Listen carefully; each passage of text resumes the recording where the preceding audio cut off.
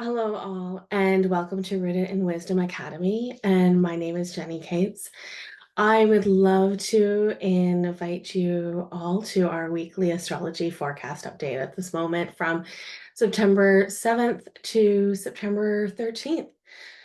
All right, so let's just do a really quick recap from last week. We're still into this week. So we are still in Virgo sun season. So this is the transformational energy of summer going into fall.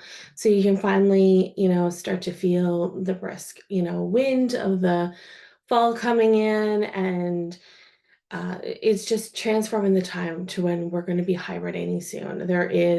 Fall is about, letting go, releasing, so, and finding things, Libra, I love it when the leaves change, so there's balance and beauty and harmony. And there's a bit of peace, especially when we're able to let go. So when we're in Virgo season, we're using that transformational energy. So that was one of the things there. And then September 1st, we had Pluto retrograde back into Capricorn. He's been retrograding for a bit now, but finally went into Capricorn. So what does this mean? There is a little bit more energy. It's in the 29th degree, so there is a bit of, it's in the anaretic degree. So it's a little bit more of a potent energy where the cardinal energies, Renee and I did actually, if you want to find out more about it, Renee and I did Let's Talk About Retrogrades, and it is in our videos in YouTube. So definitely check it out. It talks about all the retrogrades that are happening right now. And we did talk about the ones that just ended, such as Mercury retrograde. It ended in August, at the end of August there, along with the Black Moon Lilith. It ended as well, I believe, at August 25th or around there. So just check those out. We're still in the shadow phases. We talked about that as well. Shadow phases is just energies are still lingering. Like just because retrograde is done that day does not mean that the energies, like you know how you are, like you work out and then but you still have that energy humming. So it still is kind of, depleting. We're still learning those lessons, kind of like going through and going, okay, so it's kind of like a post-workout.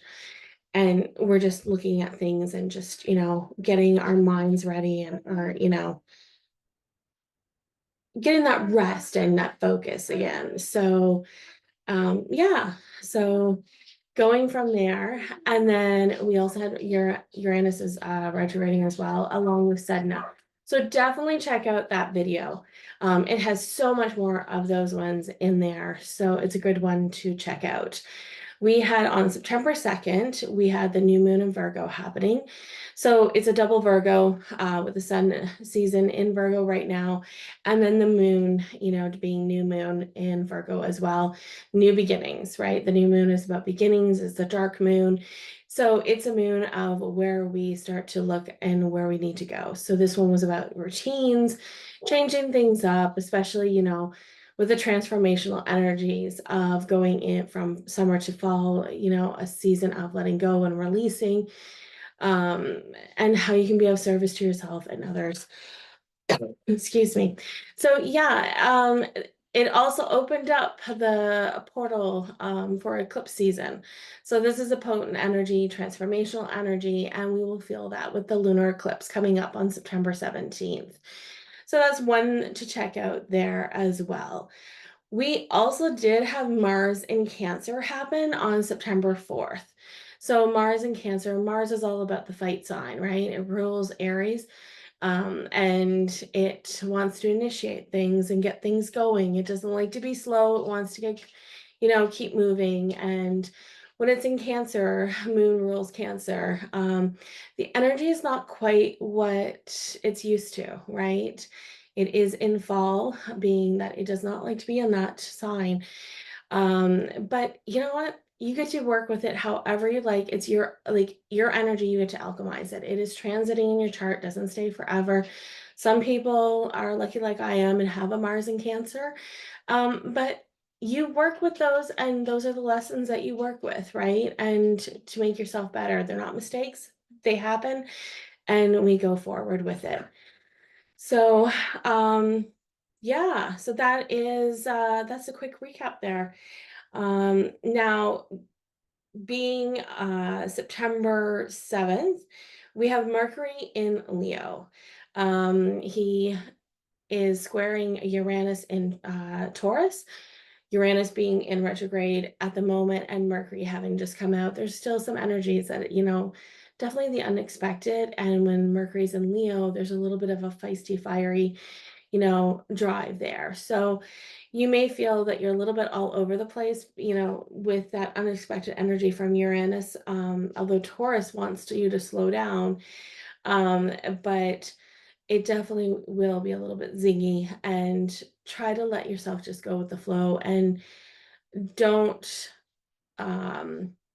set yourself into a box and not be able to express your emotions, or um, constantly hearing the rerun of your thoughts, because Mercury is about the mind and communication.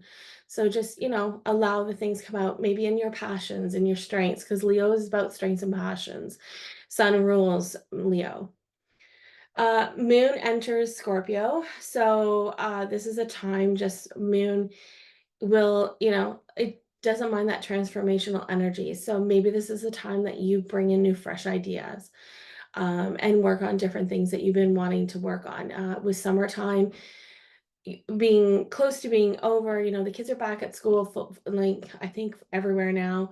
Mine just went back this week. So we want to get things, we feel like we need to get back into the thing, swing of things, but you still need to take time. Like this is going to be a time of where we need to let go and, start to work on hibernating.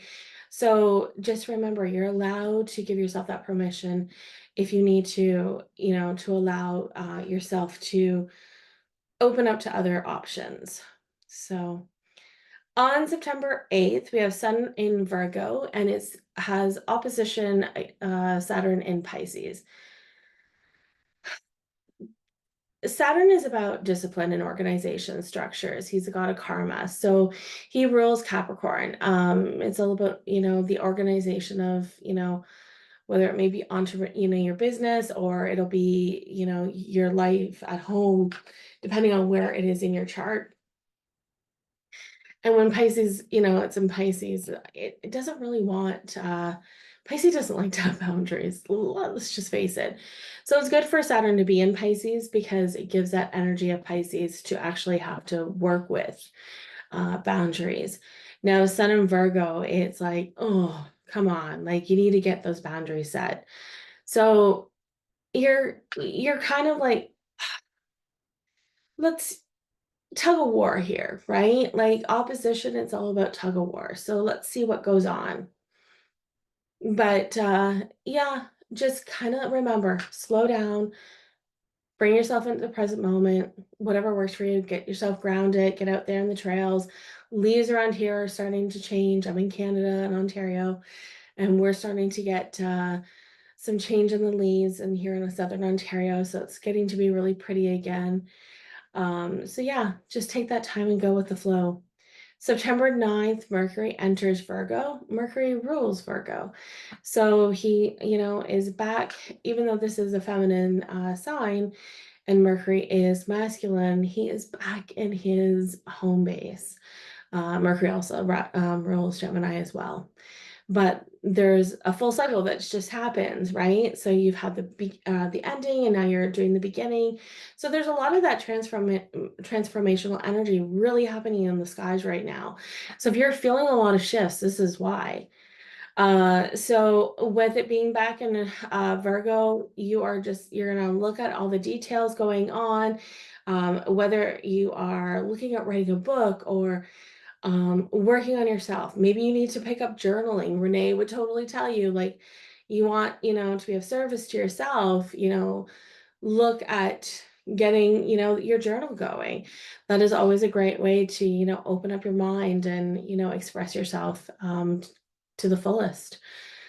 Moon in Sagittarius. So this is a great time for the big idea. So you may have that journal coming out, or maybe you're going to go meditate, or you know, just getting that body moving, because when it's Moon enters Sagittarius, it's a fire sign. So it does like to be moving.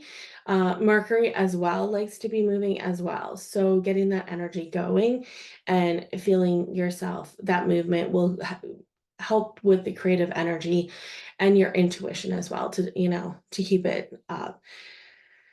Uh, so on the 10th of September, we have Moon in Sagittarius squaring Saturn in Pisces. This doesn't happen for very long because if we remember, Moon only stays in a sign for 2.5 days, roughly.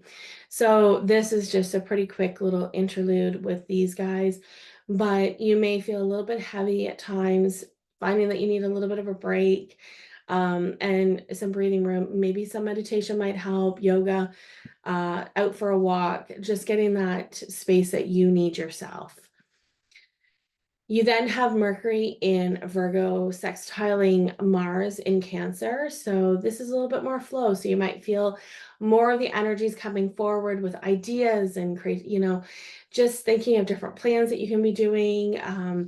So the energy helps you get yourself going more quickly with Mercury and Virgo sextiling Mars in Cancer. You're feeling the emotions and the creativity, and your intuition is a little bit more in tap as well. So with the Cancer. So we have first quarter moon in Sagittarius. Even though moon enters Capricorn late in the day in Eastern daytime, I think it goes roughly about 11 p.m.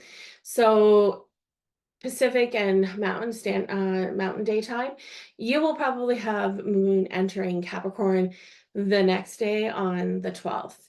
But first quarter moon in Sagittarius is on the 10th. So that just means that you're still working on those big ideas from the new moon.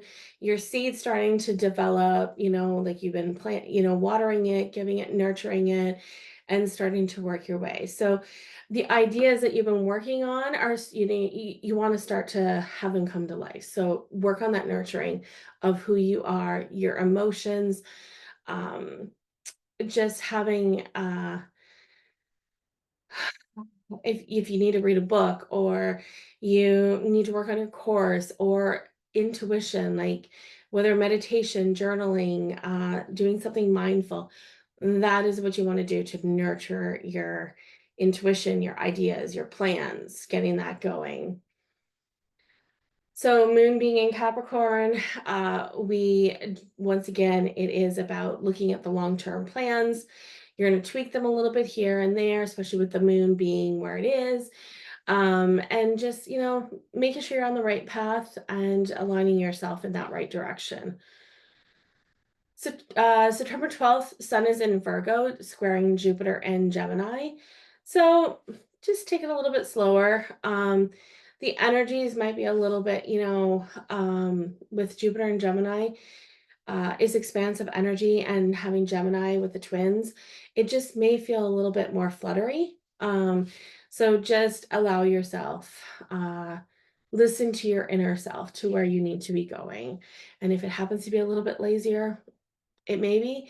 If not, maybe you're going to be the one that actually loves that energy, of the Virgo and Gemini squaring each other and get things done.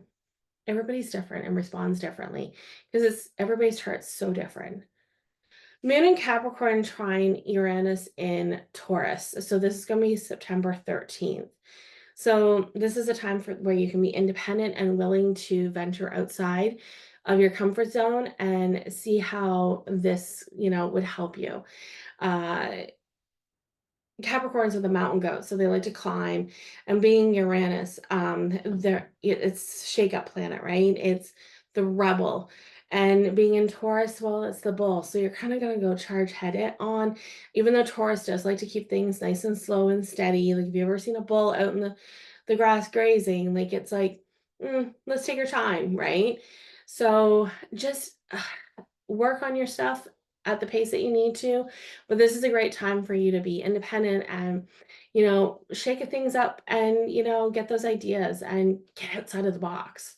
I love to be outside of the box, but sometimes it's great to be in, but this is a great time to be outside of the box. So that's about it for the forecast. We do have, the next time I talk, I will be talking about the lunar eclipse coming up, and